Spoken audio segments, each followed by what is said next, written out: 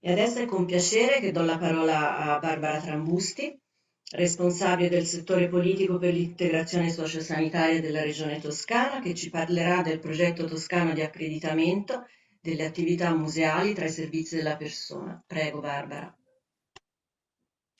Sì, buongiorno, grazie per l'invito. Sono un po' emozionata sinceramente perché il gran numero di persone, come ricordava prima Elena, è diciamo abbastanza impressionante ed è in continua crescita peraltro. Allora, io cercherò di rappresentarvi, sperando di non annoiarvi, la visione dal punto di vista delle politiche sociosanitarie, nel senso che quello di cui io mi occupo appunto sono questo, quindi esattamente l'altra parte del tema, come ricordava Elena, il nostro è un lungo sodalizio, ormai sono anni che collaboriamo e il nostro sforzo, il nostro sogno insomma è integrare non solo quello che io faccio tutti i giorni, il sociale con il sanitario, ma in questo caso anche con la cultura. Quindi io vorrei raccontarvi appunto in poche parole quella che è il nostro lavoro e come dal nostro lavoro siamo arrivati a cercare di unire e credo che ci stiamo riuscendo sinceramente il nostro approccio con quello dei musei toscani per l'Alzheimer. La Regione Toscana è impegnata in maniera importante da anni sul tema delle demenze e cogliendo l'occasione dell'approvazione del Piano Nazionale nel 2014 abbiamo intrapreso una serie di iniziative proprio finalizzate all'attuazione delle indicazioni nazionali. Il nostro obiettivo è migliorare il benessere delle persone con demenza per quanto possibile, valorizzare il sostegno di chi li assiste, è stato ricordato prima, familiari ma anche caregiver, operatori, e coinvolgerli per quanto possibile nel processo di cura, in un sistema di servizi globale, unitario, integrato e radicato sul territorio. Voglio dire che noi stiamo cercando di portare in tutta la regione toscana, in tutti gli oltre 270 comuni del nostro territorio, le stesse politiche e queste, credete, è un'operazione abbastanza difficile, lavorando quindi in maniera, radicale e facendo sì che il cittadino possa poi trovare delle risposte il più vicino possibile alla sua residenza. La Toscana è stata una delle prime regioni a recepire formalmente il piano nazionale nel 2015 e poi subito nel 2017 ha approvato due documenti molto importanti. Il primo, che si chiama Indicazioni per l'organizzazione di una rete sociosanitaria integrata per la cura e l'assistenza delle persone con demenza e il sostegno ai familiari. Come dice bene il titolo, l'obiettivo di questo documento è appunto migliorare il funzionamento del sistema di rete o microrete, favorendo una più organica integrazione fra i servizi, le strutture, le associazioni e gli operatori coinvolti. Sul territorio ci sono molte esperienze, molta professionalità, ci sono i servizi specialistici della geriatria, la presa in carico sociosanitaria, ci sono le associazioni, molto spesso quello che manca e che il cittadino non trova è la connessione fra questi soggetti. Dal primo approccio presso il medico di medicina generale si rimane spaesati, a fronte di una diagnosi di Alzheimer non si sa dove andare a battere la testa, come si suol dire. Per cui avere questo collegamento strutturato abbiamo ritenuto che fosse uno dei primi passi e dei più importanti. L'atto approva anche un secondo documento che è il piano regionale delle demenze, il cui obiettivo, sulla scia del documento nazionale, ovviamente è quello di ridurre il ricorso all'istituzionalizzazione e viceversa programmare in maniera adeguata la rete dei servizi specialistici, diagnostico-terapeutici, di assistenza domiciliare, di cura intermedia, quali centri diurni e i moduli Alzheimer all'interno dell'RSA. Nelle nostre RSA, cioè le strutture residenziali per persone anziane, che sono state prima ricordate quale diciamo, soggetto fortemente colpito all'interno della pandemia, in questo lungo e difficile anno, abbiamo dei moduli, un setting assistenziale specifico per le persone malate di Alzheimer. In ogni caso sappiamo anche che circa il 60% delle persone che sono all'interno delle nostre strutture, indipendentemente dall'appartenere, dallo stare dentro a un modulo, ha in qualche modo un problema di demenza lieve, moderata oppure grave. Per cui il fenomeno della demenza diciamo, entra fortemente nel mondo della residenzialità.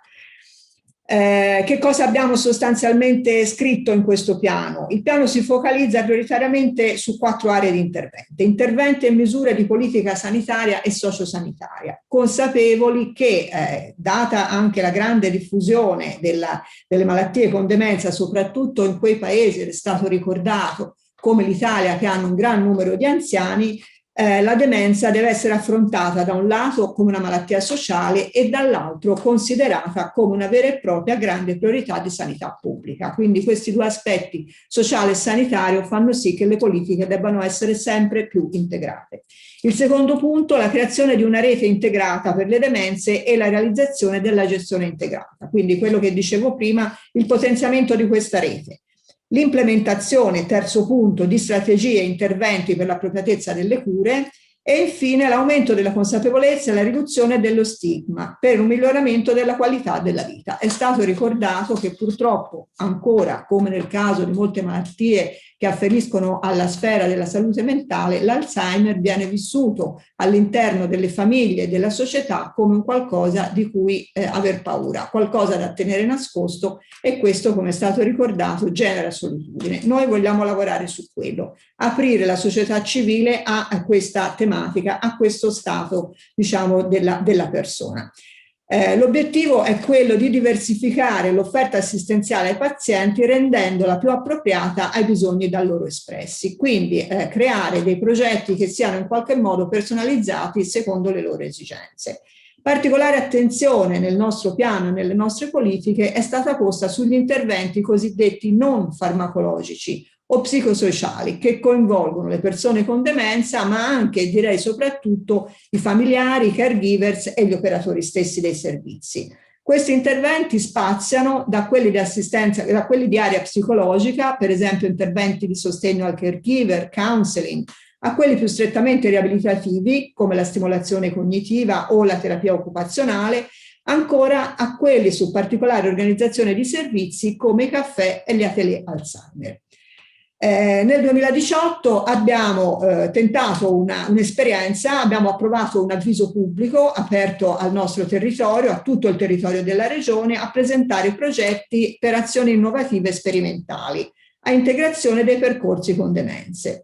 Abbiamo ricevuto molti progetti, siamo riusciti a finanziarne 15, i primi in graduatoria, e questi hanno dato luogo, attualmente sono presenti sul nostro territorio 29 esperienze costituite da 19 caffè Alzheimer e 10 atelier Alzheimer. Che cosa sono i caffè e gli atelier Alzheimer?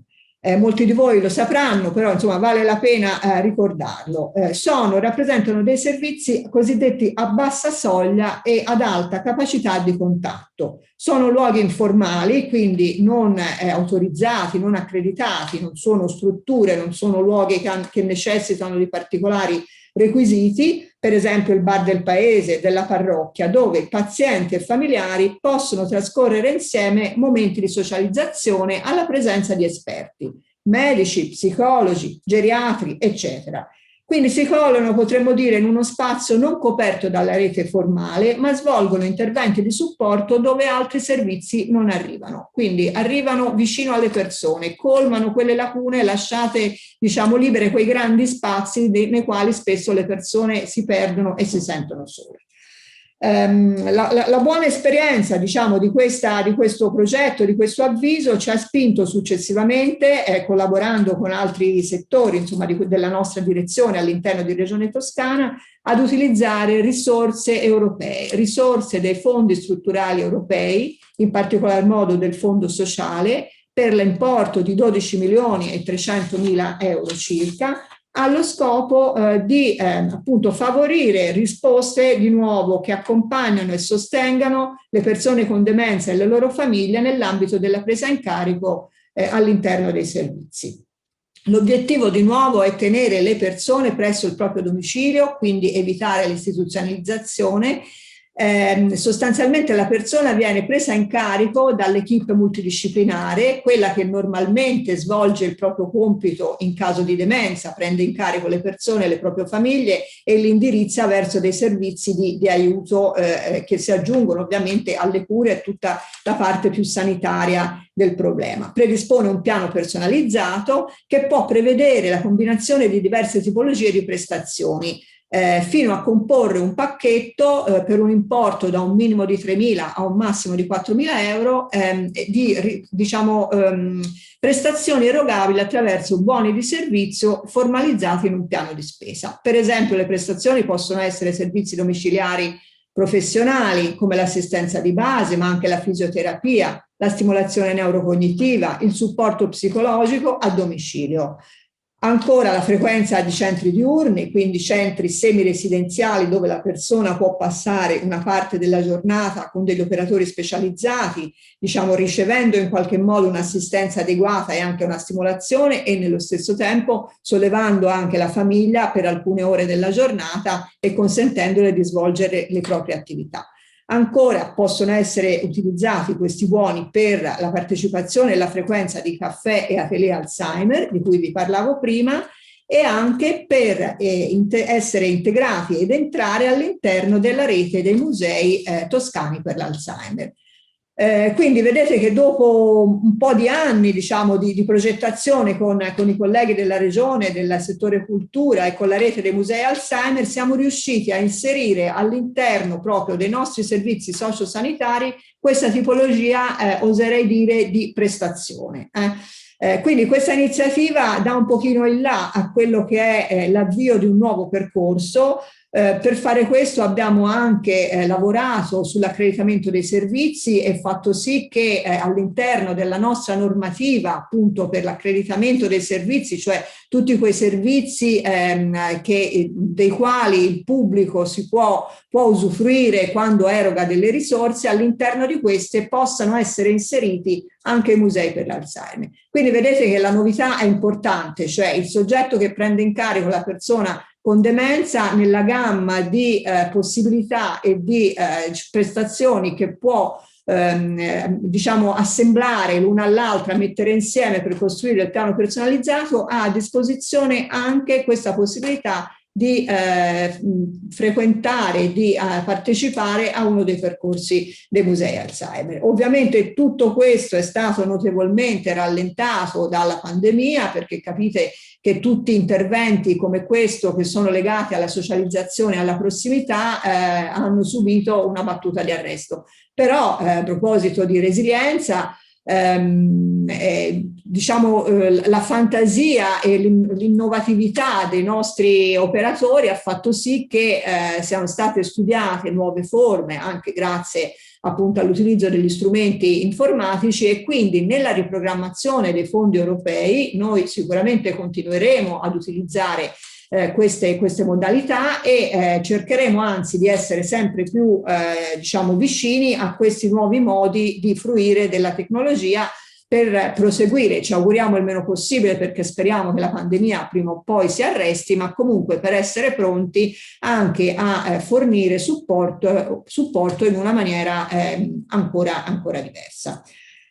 Io mi fermerei qua, credo che l'intervento diciamo, vada avanti con quello della collega Cristina Bucci che in qualche modo si salda al mio. Vi ringrazio veramente molto e resto ad ascoltare perché è veramente la mattinata è di grande interesse. Grazie davvero. Sì, grazie mille Barbara per questo importantissimo intervento che ci ha fatto capire come la Regione Toscana si stia dando da fare molto per cercare di venire incontro alle esigenze delle famiglie e dei caregiver con malati di Alzheimer. È stato fatto tantissimo e ha detto che una novità fondamentale sono questi piani personalizzati. Secondo me è proprio, non è lei ha detto che sono importanti, secondo me sono proprio fondamentali se vogliamo dare un futuro diverso.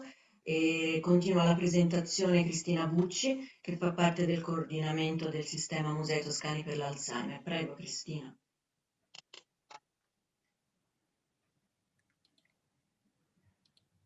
Allora io appunto proseguo l'intervento di Barbara portando il punto di vista dei musei. Musei che appunto si sono aperti ai programmi per le persone con Alzheimer e altre forme di demenza circa 15 anni fa in tutto il mondo e, e la cosa interessante è che molti di questi progetti si sono poi trasformati in programmi, ovvero sono diventati proprio parte integrante delle proposte educative ordinarie del museo, affiancandosi alle attività per le scuole, anche se chiaramente con numeri non altrettanto consistenti. Dappertutto queste proposte hanno contribuito a definire una nuova idea di museo, inteso come spazio relazionale che mette i visitatori al centro dell'esperienza. E proprio queste esperienze hanno giocato un ruolo trainante nel creare un legame più stretto tra il museo e la comunità. E tuttavia soltanto nel Regno Unito sono state sperimentate modalità concrete di integrazione dei programmi museali nella rete dei servizi.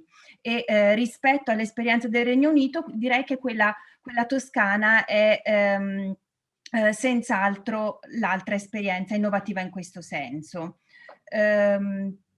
Se guardo a quello che è successo nei nostri musei in Toscana, per molti dei nostri musei, soprattutto per quelli in cui i programmi per le persone con Alzheimer sono stati compresi e sostenuti dai direttori e dagli amministratori, il progetto ha contribuito a configurare l'identità stessa del museo. Un museo che si apre alle persone con Alzheimer è un museo inclusivo, un'istituzione democratizzante che considera l'accessibilità della cultura un valore fondante. Dal 2013 a oggi la formazione il 2013 è l'anno del primo corso di formazione che abbiamo proposto e quindi è stato l'anno in cui circa 12 musei, si è creata proprio la rete con 12 musei che si sono aperti a questo tipo di programmazione. Quindi dal 2013 a oggi la formazione è stata continua, le occasioni di scambio anche internazionale numerose e nei musei si sono create delle squadre di lavoro dalle competenze integrate, composte da educatori museali, anzi quasi sempre educatrici, e educatori o educatrici geriatrici. Da un lato dunque i contenuti e le modalità anche per comunicare il museo, dall'altro invece le modalità di comunicazione con le persone con demenza e con chi se ne prende cura. L'impegno nelle attività ci ha dato una posizione davvero privilegiata nel grande sistema dei servizi, perché siamo stati a stretto contatto con le famiglie.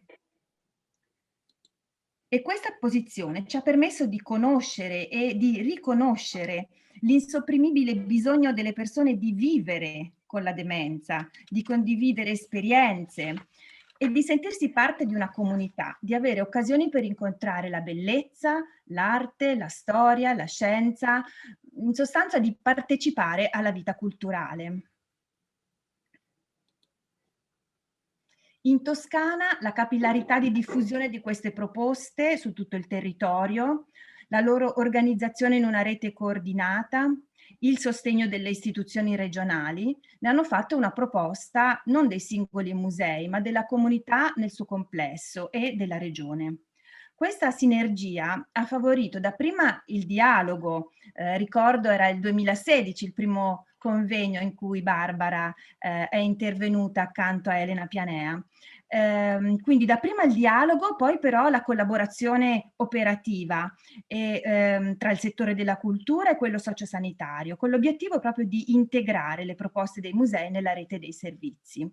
E questo è avvenuto proprio nello stesso periodo in cui la Regione stava appunto riorganizzando la rete dei servizi con la pubblicazione del Piano Nazionale Demenze e di conseguenza con il piano regionale.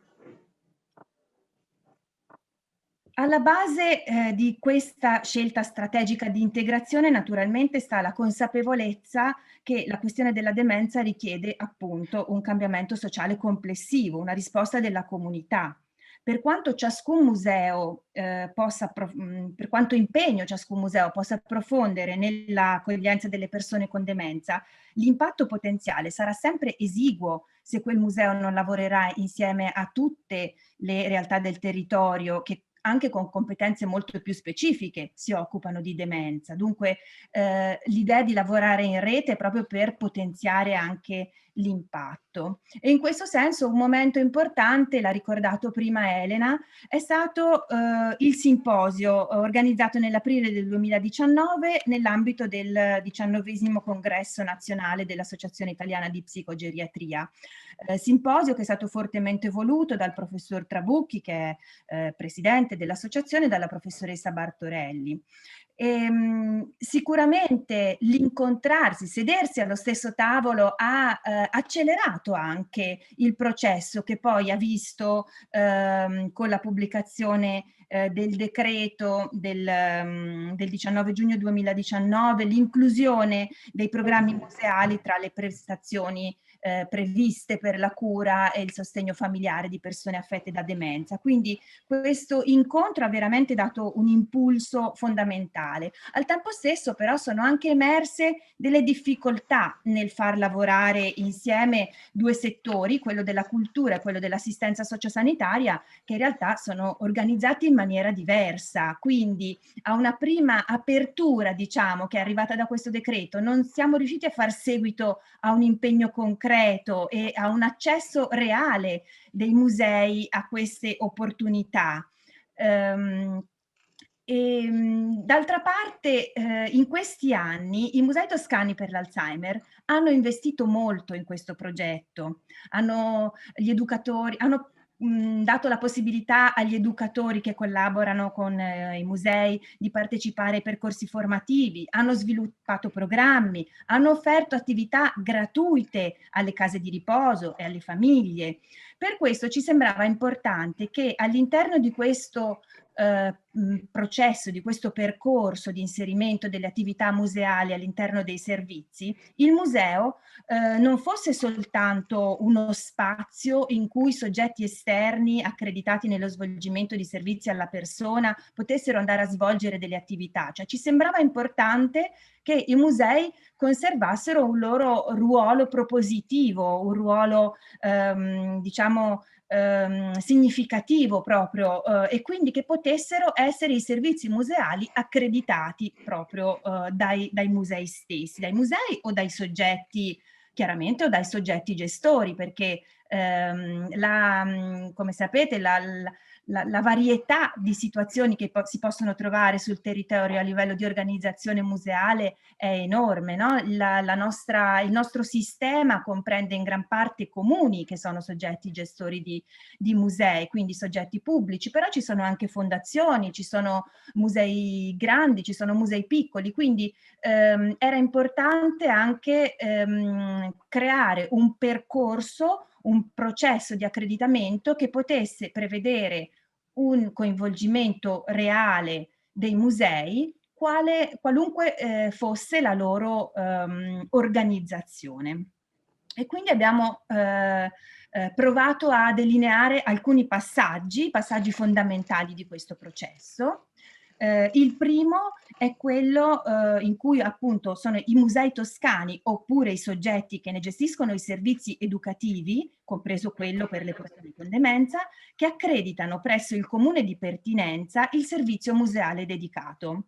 Il servizio viene dunque registrato tra gli altri servizi alla persona previsti dal Servizio Sanitario Nazionale per l'assistenza sanitaria integrata e viene utile per fare questo, diciamo, per sviluppare questo accreditamento, il coordinamento dei Musei Toscani per l'Alzheimer ha proprio predisposto un modello d'intesa con il settore delle politiche per l'integrazione sociosanitaria, quindi c'è un modello di documento a cui riferirsi, da utilizzare. Il secondo momento è la partecipazione dei musei toscani o dei soggetti che hanno accreditato il loro servizio museale alle manifestazioni di interesse che sono promosse dai distretti sanitari e dalle società della salute, in modo tale che questi servizi museali possano essere inseriti nell'elenco dei servizi disponibili per le famiglie. Il terzo momento è quello in cui i distretti sanitari e le società della salute inseriscono i servizi museali accreditati in questo elenco di servizi che viene continuamente aggiornato. E questo è importante perché poi saranno le unità di valutazione multidimensionale che inseriranno i programmi museali nei piani individualizzati delle persone con demenza e quindi creeranno il contatto tra i musei e le famiglie. E questo contatto è veramente cruciale, direi, fondamentale, perché da un lato è importante che le famiglie possano conoscere meglio questa opportunità che esiste, dall'altro è chiaro che le famiglie delle persone con demenza spesso non sono proprio tra i principali fruitori dei musei nelle situazioni ordinarie, quindi questo contatto non è già esistente, va creato, è diciamo forse uno degli sforzi più grandi che dobbiamo compiere in questo momento. E infine i distretti sanitari e le società della salute finanziano i progetti museali, i programmi museali tramite buoni servizio a valere appunto sui fondi FSI. Naturalmente resta ancora molto lavoro da fare a livello di sistema, di coordinamento regionale. In primo luogo appunto questo scambio di conoscenze, quindi far conoscere bene i servizi museali, in primo luogo ai professionisti che devono predisporre con le famiglie, per le famiglie, i piani individualizzati e poi chiaramente a cascata anche alle persone con demenza, ai loro familiari, a chi se ne prende cura.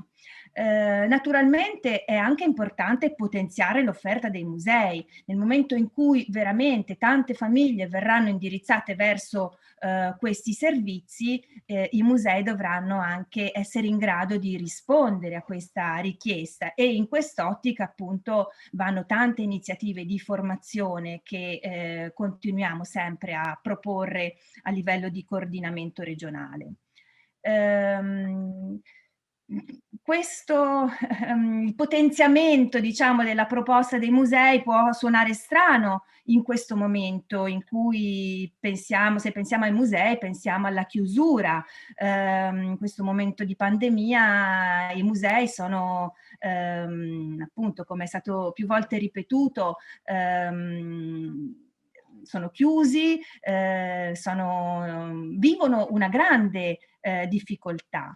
Però è proprio in questo tempo di pandemia che i musei hanno continuato a lavorare con impegno, con creatività, per mantenere vivo il contatto con il proprio pubblico e sono state sperimentate varie modalità, attività da remoto, che hanno permesso di non lasciare sole le persone e anzi di creare nuove opportunità di relazione. E è su questo che vogliamo continuare a lavorare. Grazie.